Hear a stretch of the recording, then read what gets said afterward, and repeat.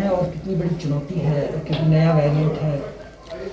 Omicron को लेके जैसा आपको मालूम है कि भारत सरकार ने और हरियाणा सरकार ने दिशा निर्देश पहले भी जारी किए थे और कल 27 नवंबर को अगर मैं कहूँ तो भारत सरकार की तरफ से नए दिशा निर्देश जो जारी हुए थे, इसमें ना केवल टेस्टिंग को इंक्रीज़ करने के लिए कहा था, बल्कि जो खास करके इंटरनेशनल ट्रैवलर्स हैं उसके ऊपर गाइडलाइंस जो जारी करी गई थी, वो एक बार कल के बाद भी थोड़ा सा इसमें चेंज जो हुआ है वो मेन ये हुआ है कि जो एट रिस्क कंट्री जो पहले 9 थी यूनाइटेड किंगडम को मिला के, उसमें इज़राइल, सिंगापुर और हांगकांग को ऐड कर दिया गया है, वो अब 12 हो गई हैं। और ये वो जो रिस्क कंट्रीज़ हैं इनके सभी जो ट्रैवलर्स जो आएंगे उनकी टेस्टिंग जो है वो एयरपोर्ट पर कंपलसरी है और उसके बाद उनको होम आइसोलेशन में रहना होगा अगले 14 डेज़ के लिए। और इसके अलावा जो इंटरनेशनल ट्रैवलर हैं जो इन 12 कंट्रीज़ के अलावा आएंगे, उनके भी 5% जो ट्रैवलर्स हैं उनको भी रैंडम RT-PCR सैम्पलिंग की जाएगी। इसके अलावा यदि कोई पॉजिटिव आता है तो उसकी रिपीट टेस्ट के साथ साथ ना केवल होम आइसोलेशन या होम क्वारंटाइन रहेगा, फैसिलिटी आइसोलेशन के अलावा उसकी जीनोम सीक्वेंसिंग के लिए भी सैंपल लिया जाएगा और अकॉर्डिंगली जो है मैनेजमेंट की जाएगी एज़ पर गाइडलाइंस, जिसमें आपको फैसिलिटी आइसोलेशन भी करना पड़ सकता है। आज आपने बैठक की है सर प्राइवेट हॉस्पिटल्स के साथ और लैब?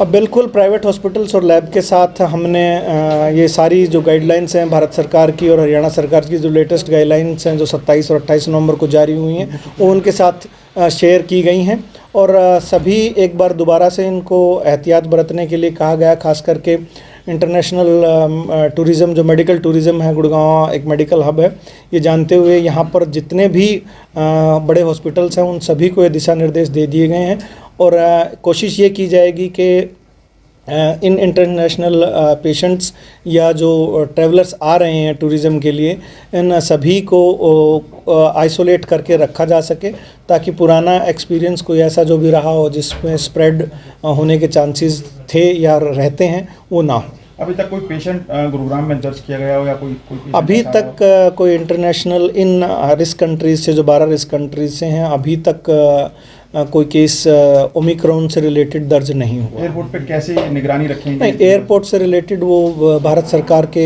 उसमें है दिशा निर्देश में। अगर कोई स्टेट से हमें लिस्ट आती है तो अकॉर्डिंगली हम उसके ऊपर काम करते हैं। सर, जिस तरह से पिछली दफ़ा जो विदेश से लोग आए थे उनको क्वारंटाइन करने के लिए यहाँ जगह बनाई गई थी, क्या इसको लेकर भी अभी कोई तैयारी है? अभी सभी प्राइवेट इंस्टीट्यूट्स को ये बता दिया गया है कि अगर आपके पास इन हाई रिस्क कंट्रीज से कोई अगर पेशेंट आता है तो उसको आपने एक सेपरेट फैसिलिटी में रखना है। अपनी जो गाइडलाइंस हमने इनको यही बताया है कि आप उनके रहने का अलग से इंतज़ाम करें। किस तरह का वायरस है सर, कुछ पता लग पाया हो? कैसे इससे बचाव किया जाए? नहीं, वायरस इट्स ए म्यूटेशन है। कोविड में या किसी भी वायरल केसेस में जो भी वायरस है उसमें म्यूटेशन पॉसिबल है और इसकी जीनोम सीक्वेंसिंग से ही पता लगाया जा सकता है। जो सस्पेक्टेड केस होंगे उनकी जीनोम सीक्वेंसिंग भेजी जाएगी। संभवतः वर्लुएंस की तो बात नहीं कर रहे, तो शायद इसका स्प्रेड जो है वो ज़्यादा है। अभी मोर्टेलिटी या मॉर्बिडिटी तो अभी कोई ऐसी रिपोर्ट हुई नहीं है इंटरनेशनली भी, और अभी तक तो मैं गुड़गांव क्या कहूँ, शायद भारतवर्ष में भी कोई केस अभी तक रिपोर्ट या दर्ज नहीं हुआ। शुरुआती जानकारी में ये भी आया था कि वैक्सीन को भी बाईपास कर सकता है ये। नहीं, ये बहुत अर्ली बातें होंगी ये कहना कि वैक्सीन को बाईपास कर सकता है, और जैसा भी जो गाइडलाइंस भी हैं उसमें भी ये बहुत क्लियर बात है। जो फुल्ली वैक्सीनेटेड लोग हैं उनको तो सिर्फ हमने सेल्फ मॉनिटरिंग में ही रखना है।